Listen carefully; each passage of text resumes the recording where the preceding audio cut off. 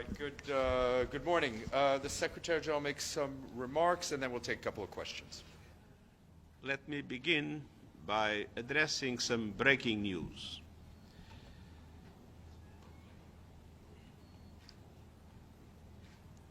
A terrible earthquake has hit parts of Southeast Asia today. And we send our condolences to the governments and peoples of the region. The United Nations system is mobilizing to help those in need. Ladies and gentlemen of the press, I want to focus today on the dramatic and dire situation that is unfolding in South Sudan. All the dark clouds of a perfect storm have descended upon the people of the world's newest country and one of the poorest. A security emergency with intensifying clashes, aerial bombing of civilians, including women and children, the presence of external forces, and an ever-growing regional dimension to the conflict. Political upheaval, culminating most recently with the arrest of First Vice President Riek Machar. The peace agreement is in shambles. A humanitarian nightmare, with about 3 out of 4 South Sudanese needing assistance, half the population severely food insecure, and cholera breaking out.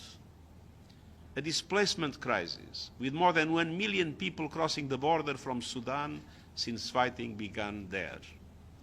And an economic meltdown, with oil revenue plummeting and inflation skyrocketing 300%. Finally, a funding crisis, with much of the already limited humanitarian and development aid drying up. Meanwhile, ethnic and political targeting by security forces, coupled with the spread of misinformation on social media, is lighting the fuse for even worse.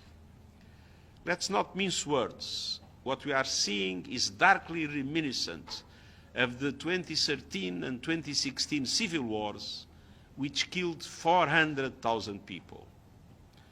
Our UN mission in South Sudan is working around the clock to ease tensions, engaging all parties, and boosting protection of civilians. But we face operational limitations. For the sake of the long-suffering people of South Sudan, it's time for dialogue and de-escalation.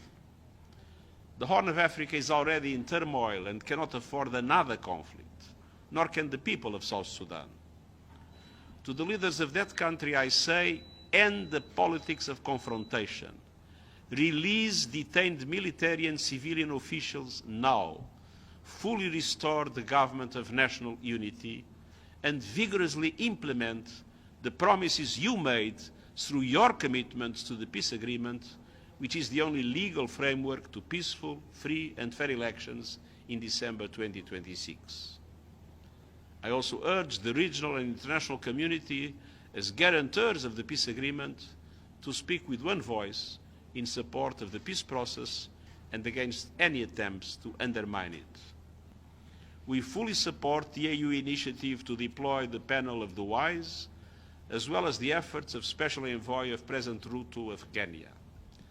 And we'll be working in close cooperation with the AU and the IGAD. The panel of the wise will, and Raila Odinga, will visit both Salva Kiir and Riek Machar.